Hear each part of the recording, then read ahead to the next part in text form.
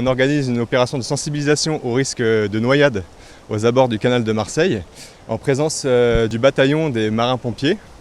Alors le but c'est de communiquer par une mise en situation concrète et visuelle avec du personnel qui va se jeter à l'eau.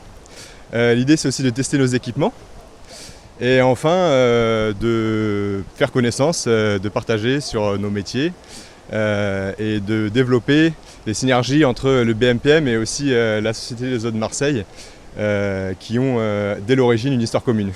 L'idée chaque année lors de cette opération de communication, c'est qu'un pompier se jette à l'eau, qu'il se rattrape à une ligne de vie que vous voyez derrière vous, qu'il puisse remonter à une échelle de survie et puis ensuite on pourra continuer l'exercice, peut-être ce qui viendrait avec des équipements à tester comme des drones aquatiques comme ça a été fait l'année dernière, à l'aval, voir quelles conditions on a au-dessous d'une chute. Voilà, enfin, tout ça, le programme n'est pas encore déterminé, mais on va faire ça tous ensemble.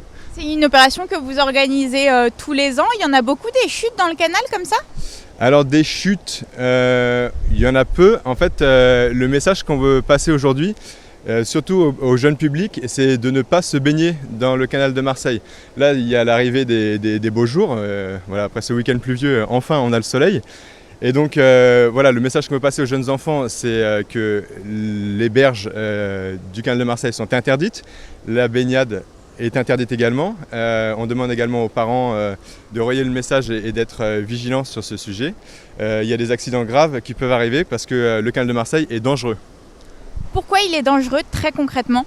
Alors très concrètement, le canal de Marseille est dangereux à plusieurs égards. Déjà, l'eau est très froide. C'est une eau qui vient des Alpes. Donc le château d'eau de Marseille, c'est le lac de Serponçon.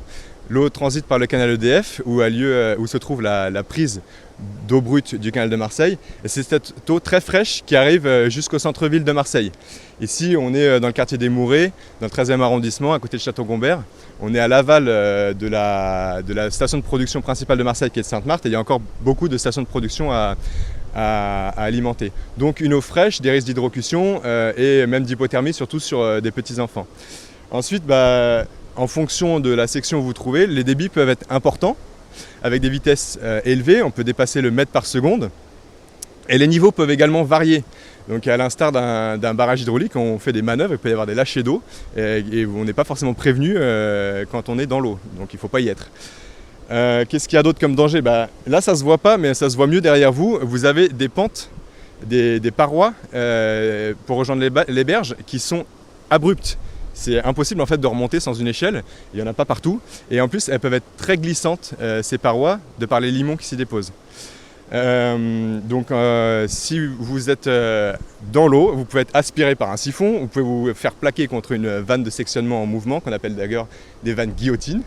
Donc il y a des mouvements d'eau importants, comme des chutes d'eau, des vortex hydrauliques, des ressauts, qui sont particulièrement dangereux.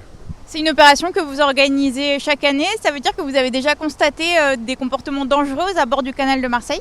Oui, on est très vigilant par rapport au signalement qu'on nous fait. Donc déjà, il faut savoir que les agents du service entretiennent les équipements tous les jours et font des tournées de vigilance. Qu'est-ce qu'on a comme équipement ? Vous voyez des clôtures donc, qui clairement, physiquement, délimitent le périmètre dangereux. Il faut savoir aussi qu'on est sur un périmètre de protection d'une ressource à destination d'eau potable. Donc c'est ça aussi qu'on préserve.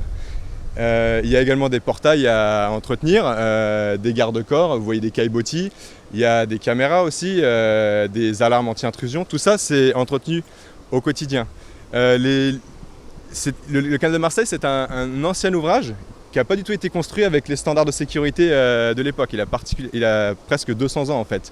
Donc chaque année, on améliore la sécurité de l'ouvrage. Par exemple, aujourd'hui, on va tester une nouvelle ligne de vie avec une échelle qui a été faite sur mesure, qui diffère d'un ancien modèle d'il y a 3 ans. Le but de ces lignes de vie, c'est de les mettre devant chaque siphon et devant chaque vanne, devant chaque ouvrage hydraulique dangereux.